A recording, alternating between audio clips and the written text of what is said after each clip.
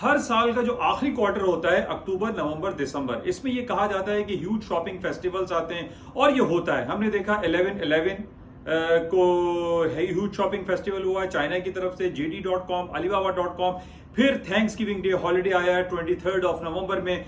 और इसके साथ जो बातें होने लगी कि जनाब अमेरिका अगले साल से जो है अपने इंटरेस्ट रेट को कट करेगा, जिस बेसिस पे हम ये देख रहे हैं एक तो huge shopping festivals, Christmas day holiday, boxing day holiday, boxing festival, shopping festival, huge shopping मेले जो है वो पूरी दुनिया में लगे हुए हैं, जिसकी वजह से स्टॉक मार्केटें अपने हाई पे हाई बनाती चली जा रही हैं। और इसी स्टॉक मार्केट के साथ साथ गोल्ड सिल्वर की कीमतों में इजाफा हो रहा है और आइंदा भी इजाफे के बहुत ज्यादा चांसेस है, क्योंकि अमेरिका इंटरेस्ट रेट को काटेगा। और आज हमने क्रूड ऑयल की प्राइसेस देखी कि वो अचानक तेजी में गई, क्योंकि रेड सी पे ये बात हुई कि ब्रिटिश पेट्रोलियम के जो जहाज हैं जो तेल लेके चलते हैं वो वहां पर नहीं जाएंगे, तो तेल की कीमतों में इजाफा हुआ।